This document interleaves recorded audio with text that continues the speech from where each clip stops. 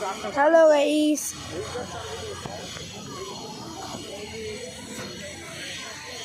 লেবু খাবে?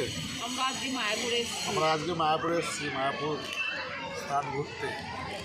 তোমরা লেবু খাবে কি? ঠিক আছে। আমরা এখন ব্রেকফাস্ট করছি। ও দিয়ে যা পিছনে চলে গেল। ঘুরেও কর, ঘুরেও কর।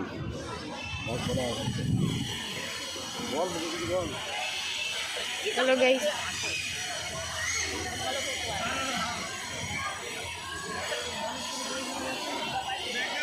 কোথায় গেলি?